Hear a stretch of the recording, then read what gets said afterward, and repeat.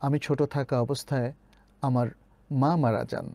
আমার নানার অনেক সম্পদ আছে, সেই সকল সম্পদের ওয়ারিস কি আমি হব? নানা থেকেও তো কেউ সম্পদ পায় না। তবে মা আ আ আ আ যখন যান, তখন যদি নানা জীবিত থাকে, তখন আ নানা থেকে মা যে পরিমাণ সম্পত্তি পেতেন, সেই পরিমাণ অথবা নানা সম্পত্তির 1/3 এ দুটোর মধ্যে যেটা কম সেটা এই নাতির জন্য নানা থেকে পাবে।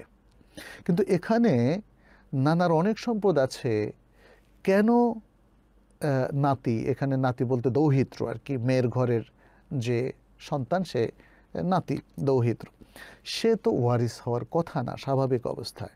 আর বিশেষ করে মায়ের যদি ভাই বোন থাকে, যেটা যিনি প্রশ্ন করেছেন, তার খালা এবং মামা, তারা থাকলে তো কোনো অবস্থাতেই তিনি পাবেন না।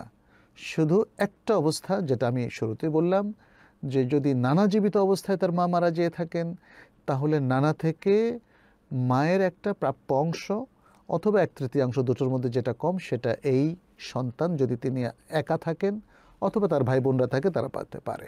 এই ব্যাপারে আমাদের একটা ছোট্ট স্টাডি আছে, সেটা ওয়েবসাইটেও পাওয়া যায়, যে বাবা যদি দাদার আগে মারা যায়, মা যদি নানার আগে মারা যায়, তাহলে এই দাদা এবং নানা থেকে তাদের নাতি নাতকুর এবং দৌহিত্র দৌহিত্রী এরা পাবে কিনা, খুব সুন্দর একটা আর্টিকেল আমরা দিয়েছি।